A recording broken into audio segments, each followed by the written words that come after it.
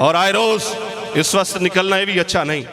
ये सब्जेक्ट लबैक वास्ते कोई लाजमी सब्जेक्ट नहीं, ये इख्तियारी जहा सब्जेक्ट है, लेकिन लाजिम इस वास्ते किया है कि 4 दिन पहले मुज़ाकरात होए तो 11 जमात मिल के आदियान के उन्होंने रल गए, ये रल गए इन्होंने वो दरम्यान जी गल हुई कढ़ी क्यों नहीं। और मैं आख्या वो अज गल निकल गई ने, वो दरम्यान वाली अज गल निकल गई है। तो सारे मैं यूथिया तो नहीं आख सकता, मैंने इसके मतलब का पता नहीं। तो मैं उन्होंने सारे आखसा मेरे भाईओ वो गल हुण चली गई ने, यह गल हुण मैदान कि कल भी लबैक का नारा आज भी है, कल भी गरीब की आवाज आज शाम भी गरीब की आवाज है।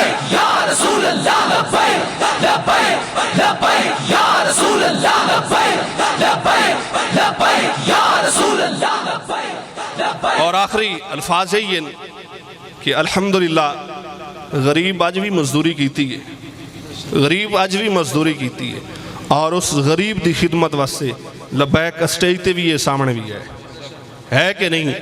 तो गरीबों वास्ते कुर्बानी अगर अल्लाह ने लिख दी है कि लबैक वाले तुसी दियो, असी तो कोई नहीं आखना जेल तुसी जाओ, जेल तुसी जाओ, असी इत्थे बैठे हैं ना ना। जेल वो बंदा वाइन सकता जिस सारी जिंदगी वंगा छणकाई हो, जिससे हाथे सारी जिंदगी वंगा नहीं हो, वो बंदा भी जेल जा सकता है। यार जेल च ही बहना मर्दां दा काम है, हुण सारे तो जेल ही नहीं वंग सकते।